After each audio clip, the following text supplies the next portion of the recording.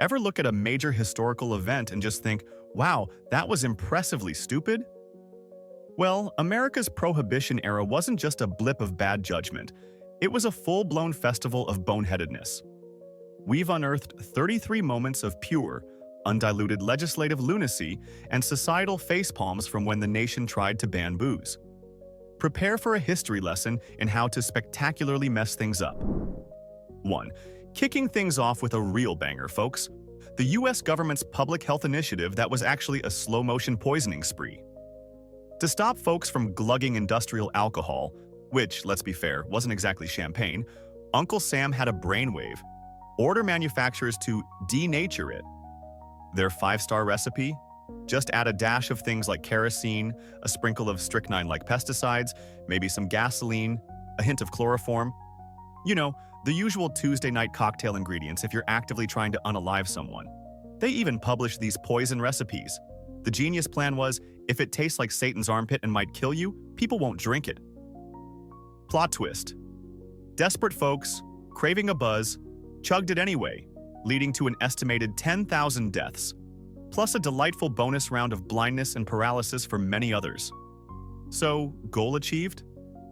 Not unless the goal was, make drinking way more metal and deadly. 2. Up next, let's give a standing ovation to the true heroes of the Prohibition era. Doctors who suddenly discovered whiskey was the cure for, well, everything. Got a sniffle? Whiskey. Feeling a bit down? Whiskey. Your goldfish looks sad? Probably needs some whiskey too. Prescription pads became magic wands, turning pharmacies into thinly veiled liquor stores as medicinal whiskey flew off the shelves. Some docs were slinging so many scripts for old granddad's restorative tonic, they practically needed their own personal assistants just to keep up. And here's the kicker. It wasn't just for humans. There were actual reports of vets prescribing booze for pets. Yes, Mrs. McGillicuddy, Buster the Beagle clearly needs this pint of rye for his, existential angst. Sure, Doc, whatever gets you through the dry spell. 3.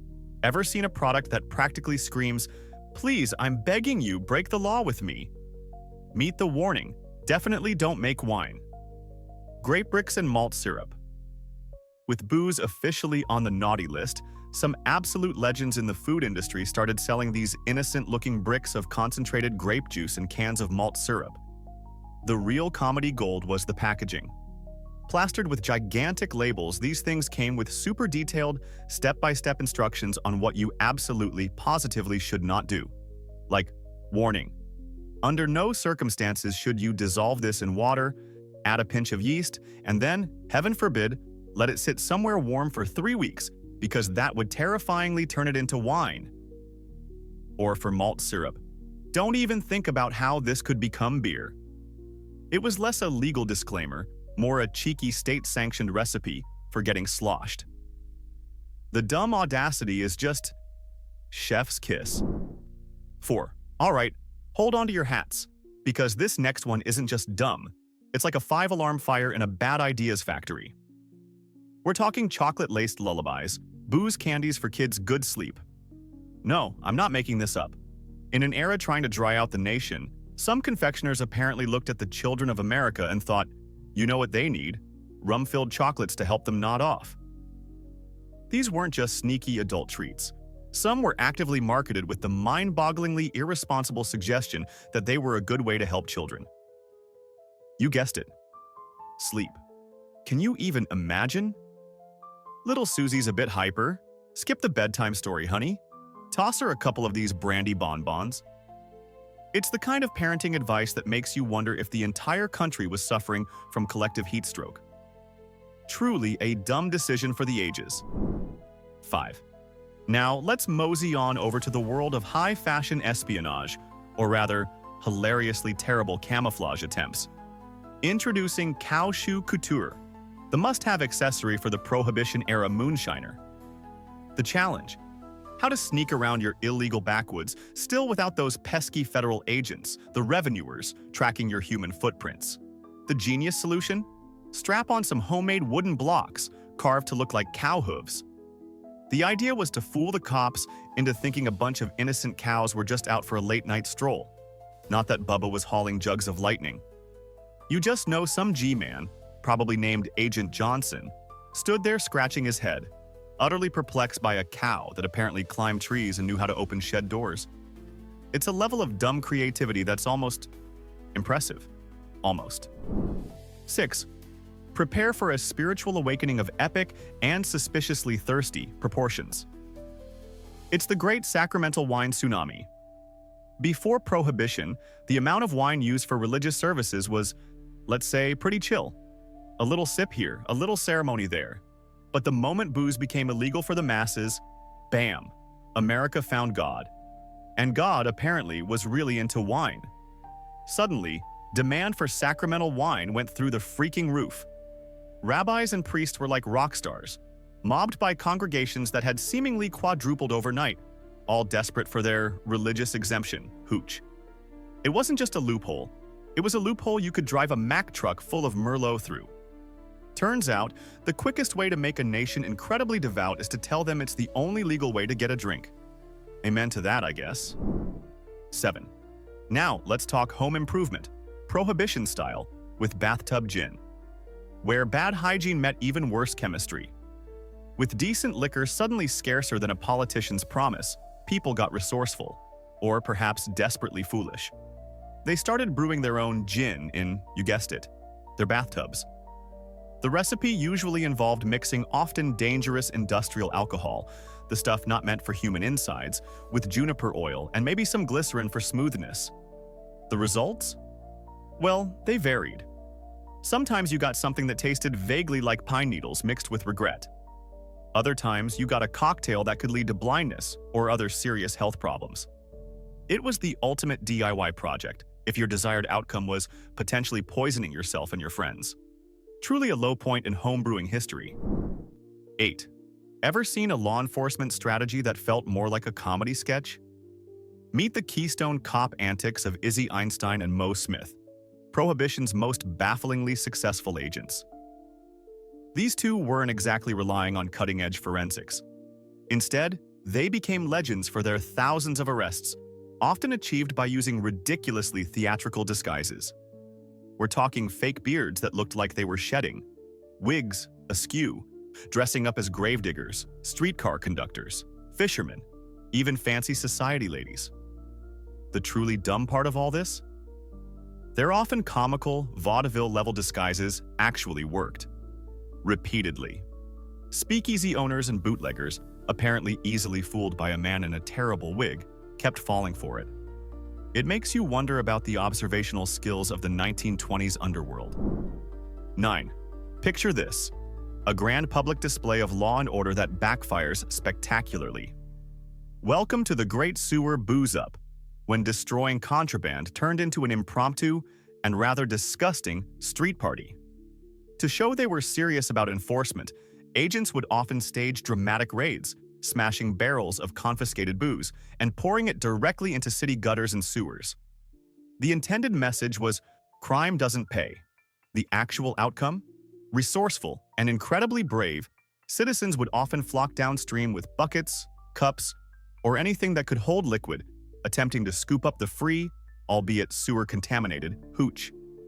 It was public destruction meets public intoxication, with a dash of potential typhoid. A truly dumb cycle of waste and, well, more waste. 10. Next up, let's take a trip to the undisputed capital of Prohibition defiance. Detroit, the cross-border booze funnel city. Thanks to its prime real estate, just a stone's throw across the river from Windsor, Canada, where booze was wonderfully legal, Detroit became the smuggling kingpin. Seriously, an estimated 75% of all illegal liquor pouring into the US squeezed through the Detroit-Windsor funnel. Bootleggers used everything. They had souped-up cars racing across the frozen river in winter. They built underwater pipelines. They had small boats, big boats, probably even a few daring swimmers with waterproofed packages. It was a logistical marvel of illegality, making a national law look like a polite suggestion in one very determined, very thirsty city. The sheer scale of this one city's defiance is hilariously dumb. 11. Grieving for a lost loved one? Or just moving a whole lot of whiskey? Let's explore funerals for phantoms, filled with actual spirits. Bootleggers, bless their inventive little hearts, quickly realized that law enforcement tended to be a bit respectful, or at least hesitant, around funeral processions. So what did they do? They started staging fake funerals. Elaborate hearses, somber pallbearers, and very heavy caskets would solemnly make their way through town. Only, instead of dearly departed Uncle Earl, those caskets were often packed to the brim with bottles of whiskey, gin, and rum. It gave a whole new meaning to raising spirits. One can only imagine the surprise if a clumsy pallbearer ever dropped one of those precious, clinking coffins, a truly grave and gravely dumb deception. 12. Ever wished for a shopping mall that exclusively sold booze and floated? Well, during Prohibition, that dream was a reality with Rum Row, the international waters floating booze mall. Just imagine it, a massive armada of ships, fully laden with alcohol from Canada, Great Britain, and the sunny Caribbean, all anchored just tantalizingly outside U.S. territorial waters, usually about 3 to 12 miles offshore. These weren't pirate ships. They were floating liquor superstores. Daring speedboat captains, the rum runners, would then make high-speed dashes under the cover of darkness to these ships, load up on contraband, and race back to supply America's hidden speakeasies. It was an entire illegal ecosystem thriving just off the coast, making a mockery of the land-based laws. Utterly audacious and utterly dumb that it worked so well. 13. All right, hold on to your hats for this next one because it's a landmark achievement in legislative facepalming. We're talking about the only constitutional amendment. So bad, they hit Carl plus Z. Think about it. The US Constitution is a pretty big deal, right? Amending it is serious business. Yet, the 18th Amendment, the one that brought us the glorious chaos of Prohibition, holds the unique and deeply embarrassing distinction of being the only amendment ever to be repealed. They literally had to pass another amendment, the 21st, just to say, okay, our bad, that whole no booze ever thing was a monumentally dumb idea. Let's pretend that never happened. It's like writing a terrible sequel to a beloved movie and then having to release another movie that erases the sequel from the timeline. Peak Governmentaloopsie. 14. Ever wanted to go on a cruise that went absolutely nowhere, but still promised a whale of a time? Welcome aboard the Prohibition cruises to nowhere, but straight to booze heaven. Clever entrepreneurs found a wonderfully dumb loophole in the law. Ships would load up with eager passengers and set sail from American ports. Their destination? Just a few miles offshore, beyond the U.S. territorial limit. Once they crossed that invisible line into international waters, boom. The bars would fling open, the bands would start playing, and passengers could legally drink themselves into a state of blissful oblivion. Then, after a few hours of high seas revelry, the ship would simply sail back to dry America. All perfectly legal, all utterly absurd, and a fantastic way to thumb your nose at a nationwide ban without even needing a passport. 15. Next up, a masterclass in deception, or perhaps just pointless theatrics. The Phantom Piano Bar, all show, no booze, but plenty of bribes. Imagine this. You walk into what looks like a bustling speakeasy. There's a guy tinkling the ivories, a long-polished bar, maybe even a few shady characters in the corner. The only thing missing? Actual alcohol. Some enterprising and rather cynical businessmen set up these completely fake speakeasies. The entire charade, the music, the decor was purely for show. Their real business model was to look like an illegal bar so they could collect protection money, or bribes from local police, or maybe just to impress their less discerning friends. It's a level of commitment to a pointless facade that is, frankly, inspiring in its dumbness. All sizzle, no steak, and definitely no gin. 16. Let's give a big boozy salute to our friendly neighbors to the North Canada, our friendly northern booze geezer. While America was supposedly drier than a forgotten cracker, the Canadian provinces, particularly those bordering the US, were having an absolute field day. They happily licensed distilleries and breweries to operate at full tilt, churning out oceans of whiskey, beer, and other spirits. And where did all that lovely legal Canadian hooch go? Well, it mysteriously found its way south in vast quantities, smuggled across the border by plane, train, automobile, and probably even carrier pigeon. It was an unofficial economic stimulus package for Canada, courtesy of America's spectacularly dumb attempt to legislate thirst out of existence. Thanks for the assist, eh? 17. Now, let's venture into the realm of folklore, with a story so wonderfully absurd it just has to have a kernel of truth. Kentucky's Moonshine Lake, where even the fish got tipsy. Or so the legends say. In the remote hills and hollows of Kentucky, a hotbed of illegal distilling, tales abound of entire lakes or large, secluded ponds being used as massive, makeshift cooling systems for moonshine stills, or even as dumping grounds for excess product or evidence when revenuers got too close.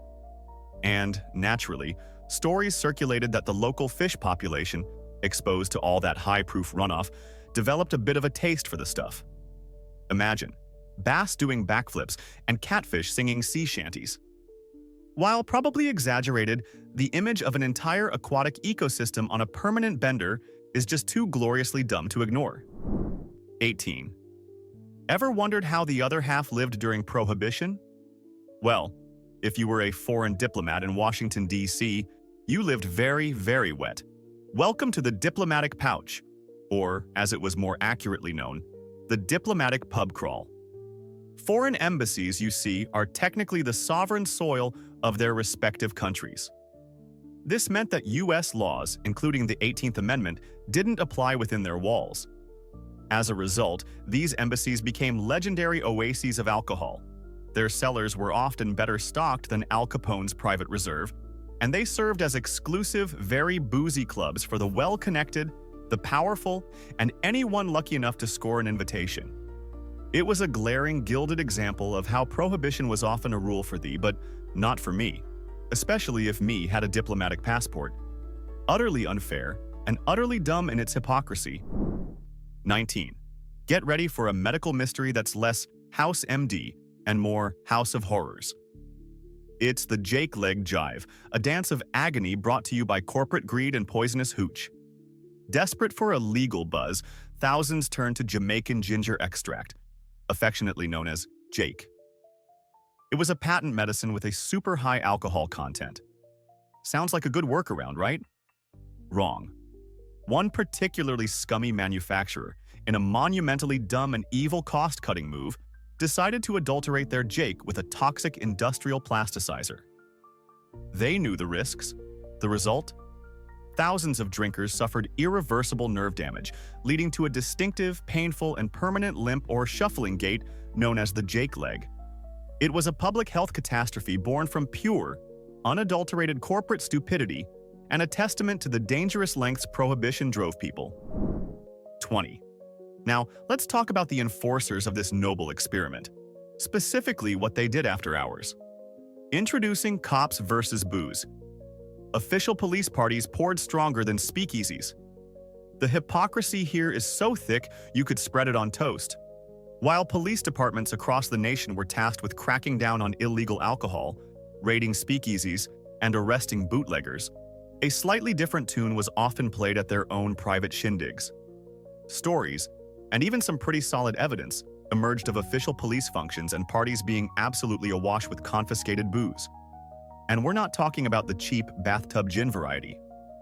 Oh no, they often had access to the good stuff, sometimes of better quality and higher proof than what you could find in the average dimly lit speakeasy. Talk about a perk of the job, dumb and deeply ironic. 21. Justice is blind, they say, but during Prohibition was it also a little bit tipsy? Let's consider jurors getting juiced. Justice served with a side of moonshine under the table. In some parts of the country, particularly rural areas with a strong tradition of home brewing, court proceedings took on a rather, shall we say, informal atmosphere. It wasn't entirely unheard of for jurors in Prohibition trials, the very people deciding the fate of accused bootleggers, to be influenced by a little local hospitality. We're talking about defendants or their friendly neighbors discreetly slipping jurors samples of their finest moonshine, sometimes even during the trial itself, maybe passed under the table or during a recess. It certainly puts a new spin on deliberations, doesn't it? A dumb way to run a legal system, but probably a great way to get an acquittal. 22. In a world of diluted, dangerous, and downright disgusting bootleg booze, one name stood out for actually delivering the goods. Meet the Real McCoy, where your criminal brand name literally meant this stuff won't blind you. Captain William McCoy was a legendary rum runner, and his claim to fame was incredibly simple, yet revolutionary for the time. He never, ever adulterated his liquor. He didn't water it down. He didn't mix it with industrial chemicals. He sold pure, unadulterated spirits. His booze was so consistently high quality and, crucially, safe that the Real McCoy quickly became a popular phrase, a benchmark meaning anything genuine, authentic, and top-notch. It's hilariously ironic that in an era defined by a law against alcohol, the highest praise you could give something was to compare it to an illegal product sold by a notorious criminal. Dumb, but also kind of brilliant marketing. 23. Let's take a moment to appreciate the sheer, unadulterated chaos of amateur chemistry with the explosive stupidity of amateur moonshining operations. Not everyone trying to brew illegal booze during Prohibition was a seasoned distiller with generations of family secrets. Oh no. Many were enthusiastic, but dangerously untrained, amateurs, setting up makeshift stills in their basements, sheds, or deep in the backwoods. These contraptions, often cobbled together from spare parts and a prayer, were notoriously unstable. The result? Frequent, spectacular explosions and fires.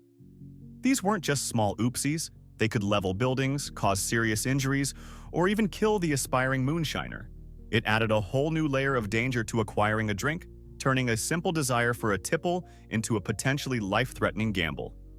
Dumb, dangerous, and probably very loud. 24. When your main product becomes illegal overnight, what's a massive brewing company to do? Pivot, baby, pivot. Even if that pivot leads to some truly baffling products. Welcome to Anheiser Bush's survival circus. From near beer to baffling glass elephants? To stay afloat during the dry years, major breweries like Anheuser Busch had to get creative. They churned out cereal beverages, aka near beer, which was about as exciting as it sounds. And more cleverly, malt syrup, ostensibly for baking bread, but everyone knew its real purpose. They also made yeast, ice cream, and in a move that still perplexes historians and marketing students, a range of purely decorative, non-alcoholic products, including, yes, glass elephants. Because when America is thirsty for beer, obviously the next best thing you can offer them is a fragile glass pachyderm. A truly dumb, yet strangely charming attempt to keep the lights on. 25. Now, for a tale of hypocrisy so brazen, it's almost admirable in its sheer audacity. Let's revisit the Capitol Hill bootlegger, keeping Congress spirited. Literally, inside the halls of Congress. For nearly a decade, a man named George Cassidy, affectionately nicknamed the Man in the Green Hat, ran a highly successful and remarkably open booze delivery service. His primary clients? The very U.S. congressmen and senators who were writing, debating, and voting on the laws that made alcohol illegal for everyone else. Cassidy would make his rounds in the House and Senate office buildings, taking orders and delivering the goods. It's a stunning example of rules for thee but not for me. The lawmakers who were supposed to be upholding Prohibition were, in many cases, secretly, or not so secretly, enjoying its forbidden fruits. Dumb, duplicitous, and deeply disillusioning. 26. When you can't go over or around the law, sometimes you just have to go under it. Literally. Presenting the great moonshine tunnel system of a church basement? Bootleggers were nothing if not resourceful, and their ingenuity in bypassing Prohibition knew few bounds. In one particularly memorable and arguably sacrilegious example of this creativity, stories emerged of elaborate tunnel systems being dug. These weren't just short little passages, some were significant engineering feats. And their starting points? Sometimes seemingly innocent businesses, or in one legendary tale that still gets whispered about, from the basement of a church. Imagine holy ground on top, unholy spirits flowing underneath, all to secretly transport moonshine to hidden distribution points or speakeasies. It's a level of dedication to dumb defiance that's almost biblical in its scope. 27. If you're going to break the law, why not do it with a little faith-based misdirection? Let's talk smuggling with a prayer, and sometimes a bottle hidden in a hollowed-out Bible. Some of the more cunning bootleggers realized that law enforcement officers, even the most hardened ones, tended to be a bit hesitant to thoroughly search individuals dressed as clergy or vehicles adorned with religious symbols. So, they adopted the disguise. Men dressed as priests or ministers, women as nuns, all with the solemn duty of transporting illegal hooch. Sometimes their sacred texts were literally hollowed out to conceal a flask or two. It was a clever, if morally questionable, tactic that often worked, proving that a clerical collar could be a surprisingly effective camouflage for criminal activity. Holy spirits indeed. Dumb, but undeniably crafty. 28. Ever read a set of instructions so full of holes it felt more like a suggestion? That was the Volstead Act, a masterclass in how to write a law that practically begs to be broken. This was the piece of legislation designed to actually enforce the 18th Amendment. The problem? It was drafted with so many loopholes, vague definitions, and outright exceptions, it was less a watertight ban and more a leaky sieve. There were provisions for medicinal alcohol, which we've seen was hilariously abused. There were exceptions for sacramental wine. And perhaps most famously, it allowed individuals to make non-intoxicating cider and fruit juices exclusively for use in their home, up to 200 gallons a year per household.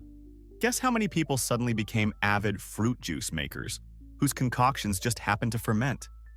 A dumb, easily exploited law from the get-go. 29. Imagine a fortress designed not to keep valuables in, but to keep poison out, or rather, to ensure poison goes in. Welcome to Fort Knox for poison, guarding the booze-denaturing plants. The industrial facilities where alcohol was officially mixed with delightful toxins like methanol to make it undrinkable became, ironically, high-security zones. Why the heavy guard?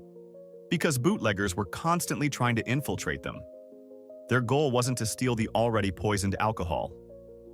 Oh no, they wanted to bribe workers or stage daring heists to get their hands on the unadulterated industrial alcohol before the government could add its delightful cocktail of poisons. It was a bizarre cat-and-mouse game, centered around making sure a supposedly undrinkable product stayed that way, or didn't. Utterly convoluted and utterly dumb. 30.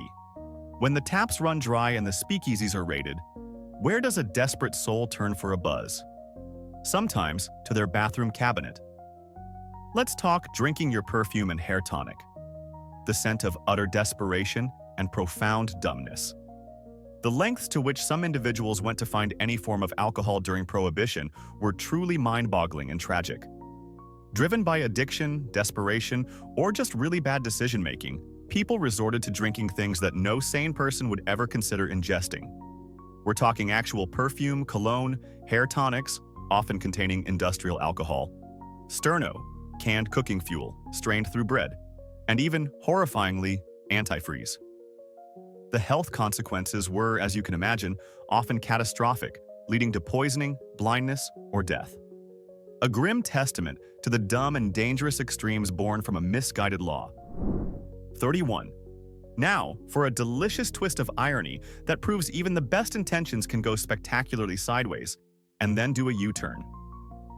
Let's talk about the ladies who said, actually, this whole prohibition thing is dumb, let's fix it. You see, women's temperance movements played a massive role in getting prohibition passed in the first place. They campaigned hard, arguing it would protect families and reduce societal ills. Fast forward a few years into the chaos, crime, and corruption spawned by the 18th Amendment, and a powerful new women's organization emerged. The Women's Organization for National Prohibition Reform, or the WONPR. These weren't anti-alcohol crusaders. They were pragmatic women who looked at the dumpster fire prohibition had become and said, nope, this ain't it. They argued forcefully that the law was a catastrophic failure, breeding more crime, more corruption, and a profound disrespect for the law itself. They became a major force for repeal, effectively saying, "Our bad, this noble experiment turned out to be a nobly dumb idea." The ultimate told you so, orchestrated by the very demographic that helped start it. 32. Ever wondered how the government made up for all that lost booze money? Prepare for the dumbest tax dodge in history. Bye-bye, booze billions. Hello, permanent income tax. When Prohibition slammed the door on legal alcohol sales, the federal government suddenly found itself with a Grand Canyon-sized hole in its budget. All those lovely excise taxes on beer, wine, and spirits? Gone. Vanished. Poof. So, what was their brilliant, long-term solution to fill this gaping financial chasm and fund the nation? They decided to massively expand and make permanent the relatively new and previously much smaller federal income tax for all Americans. That's right.